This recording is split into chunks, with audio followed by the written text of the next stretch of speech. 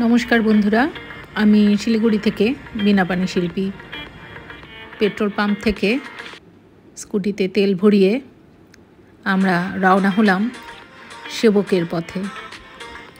এই সময় প্রকৃতি ভীষণ সবুজ। যাওয়ার পথে একজন লোককে দেখলাম একটি গরুকে ভীষণ সাজিয়ে গুছিয়ে নিয়ে যাচ্ছে। স্কুটি থামিয়ে একটু ভিডিও করলাম। উনি বলছিলেন অ্যাক্সিডেন্ট हो जाएगा आपका। যাই হোক আবার রওনা দিলাম আমরা সেবকের পথে। সেবক ভারতের পশ্চিমবঙ্গ রাজ্যের দার্জিলিং জেলার শিলিগুড়ির কাছে একটি ছোট্ট শহর। এটি সিকিম রাজ্যের সীমান্তের কাছাকাছি অবস্থিত। ডুয়ার্সে তিস্তা নদীর তীরে এই শহরটি অবস্থিত এবং এর উপরে দুটি সেতু রয়েছে, যথা করোনেশন ব্রিজ এবং সেবক রেলওয়ে সেতু। আমরা সেবকে এসে পৌঁছেছি। দেখুন নদীতে বেশ অনেকটা জল আছে। নদীর চরে গরু চড়ে বেড়াচ্ছে। এদিকে ধাপে ধাপে জল নেমে যাচ্ছে। খুব সুন্দর চারিদিকে প্রাকৃতিক সৌন্দর্য।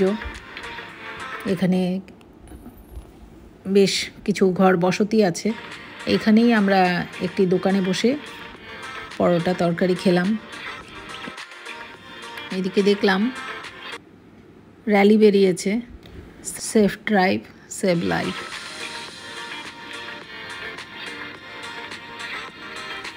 সেবকের এলাকায় ভারতীয় সেনা ও বিএসএফ ক্যাম্প রয়েছে। মহানন্দা বন্যপ্রাণী অভয়ারণ্য এই এলাকায় অবস্থিত। আমরা তিস্তার উপরে এই রেল লাইন ধরে এগিয়ে চলেছি। এর মাঝামাঝি গিয়ে দাঁড়াবো। সেখান থেকে তিস্তা নদী ভীষণ সুন্দর দেখা যায়।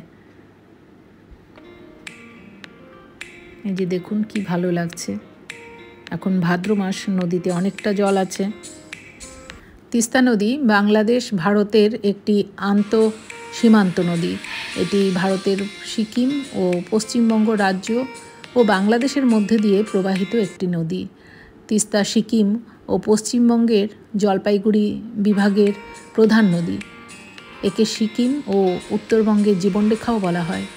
সিকিম ও পশ্চিমবঙ্গের উপর দিয়ে প্রবাহিত হওয়ার পর বাংলাদেশে প্রবেশ করে তিস্তা ব্রহ্মপুত্র নদের সঙ্গে মিলিত হয়েছে। খুব সুন্দর এই জায়গাটিতে দাঁড়িয়ে আছি। দেখুন চারদিকে প্রচুর জল। এই সময় নদীতে অনেক জল আছে। চারিদিকে অপরূপ প্রাকৃতিক সৌন্দর্য। আমার বর ভিডিও করে দিয়েছে। প্রকৃতপক্ষে নদীটির বাংলা নাম তিস্তা এসেছে ত্রিস্রোতা বা তিন প্রবাহ থেকে। সিকিম হিমালয়ের ৭,২০০ মিটার উচ্চতায় অবস্থিত চিতায়ু হ্রদ থেকে এই নদীটির সৃষ্টি হয়েছে। এটি দার্জিলিংয়ে অবস্থিত শিবকগোলা নামে পরিচিত একটি গিরি সংকটের মধ্য দিয়ে প্রবাহিত হয়েছে। দার্জিলিং পার্বত্য অঞ্চলে তিস্তা একটি বন্য নদী এবং এর উপত্যকা ঘন বনে আচ্ছাদিত। পার্বত্য এলাকায় এর নিষ্কাশন এলাকার পরিমাণ মাত্র ১২,৫০০ বর্গ কিলোমিটার। পার্বত্য এলাকা থেকে প্রথমে প্রবাহটি দার্জিলিং সমভূমিতে নেমে আসে এবং পরে পশ্চিমবঙ্গের জলপাইগুড়ি জেলাতে প্রবেশ করে। নদীটি নীলফামারী জেলায় কালীগঞ্জ সীমান্ত এলাকা দিয়ে বাংলাদেশে প্রবেশ করেছে। তিস্তা নদীর সর্বমোট দৈর্ঘ্য ৩১৫ কিমি। তার মধ্যে ১১৫ কিমি বাংলাদেশ ভূখণ্ডে অবস্থিত।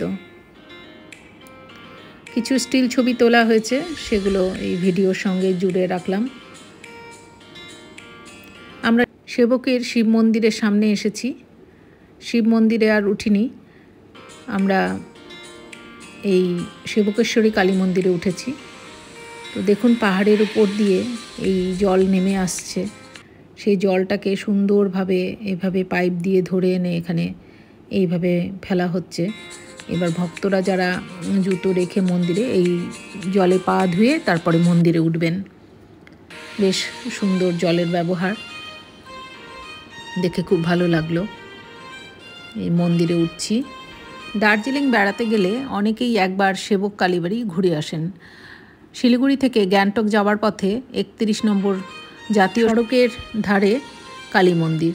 তবে এই মন্দিরে দেবী দর্শনের জন্য অন্তত ১০০ 7টি সিঁড়ি পেরোতে হয়। খাড়া পাহাড়ের গা বেয়ে তৈরি হয়েছে এই সিঁড়ি। অদ্ভুত নির্জন পরিবেশ। আর কালী পুজোর দিনগুলোতে এই সেবকেশ্বরী কালী মন্দিরে ভক্তদের ঢল নামে। দেখুন, এনারা মন্দির প্রদক্ষিণ করছেন। মন্দিরে মায়ের ছবি তোলা বারণ, তাই ছবি দেখাতে পারলাম না। পাহাড়ের নির্জনতায় কালী মায়ের আরাধনা। অনেকেরই বিশ্বাস দেবী অত্যন্ত জাগ্রতা। দেবীর কাছে ভক্তিভরে প্রার্থনা করলে ভক্তের মনস্কামনা পূরণ করেন তিনি। আমরা করোনেশন ব্রিজে এসে পৌঁছে গেছি। করোনেশন ব্রিজ ভারতের পশ্চিমবঙ্গ অঙ্গরাজ্যের সেবকে অবস্থিত। এটি রেলওয়ে ব্রিজ এবং সেবক সেতু নামেও পরিচিত। সেতুটি তিস্তা নদীর উপর নির্মিত হয়েছে এবং দার্জিলিং ও কালিম্পং জেলা দুটিকে সংযুক্ত করেছে। সেতুটি 17 নম্বর জাতীয় সড়কের অংশ। এই সেতুটি সেবক রেলওয়ে সেতুর সমান্তরালে বিস্তৃত, যা প্রায় 2 কিমি দূরে তিস্তা নদীর উপর অবস্থিত। সেতুটির ভিত্তিপ্রস্তর বাংলার তৎকালীন গভর্নর জন অ্যান্ডারসন 1937 সালে স্থাপন করেন। দেখুন, ব্রিজের উপরে বানর, এখানে প্রচুর বানর আছে।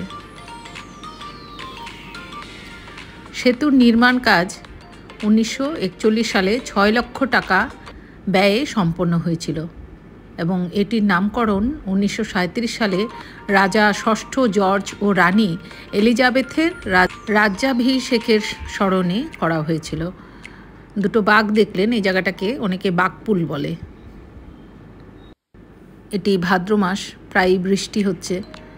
পাহাড়ের জল নিচে নেমে আসছে।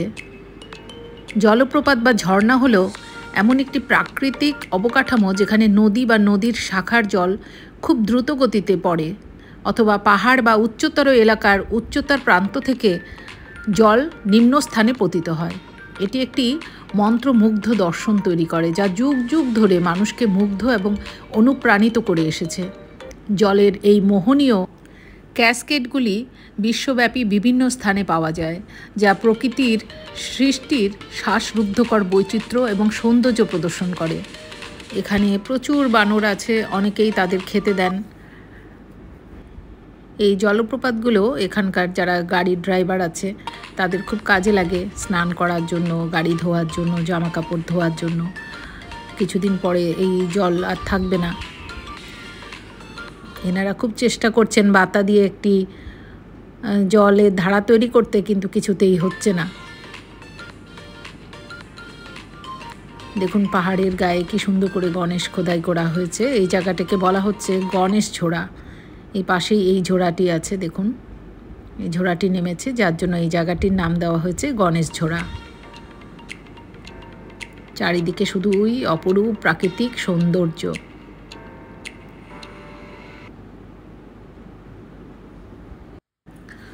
খুব সুন্দর কিছু মুহূর্ত আমরা এই সেবকে উপভোগ করলাম। ভীষণ ভালো লাগলো। মনকে ভালো রাখতে প্রায়ই আমরা এইভাবে প্রকৃতির কাছাকাছি চলে যাই। আমার বর একটু ঝর্ণার কাছাকাছি চলে গেছিলেন। এসো এসো পাহাড়ি ঝর্ণা, এসো এসো পাহাড়ি ঝর্ণা, মেঘ সজল কাজল বর্ণা, জল ছিটিয়ে ফুল ফুটিয়ে এসো এসো এসো পাহাড়ি ঝর্ণা। আজ এই পর্যন্তই বন্ধুরা। আপনারা সবাই খুব ভালো থাকুন, সুস্থ থাকুন এবং অবশ্যই বীণাপাণি শিল্পীর সঙ্গে থাকুন।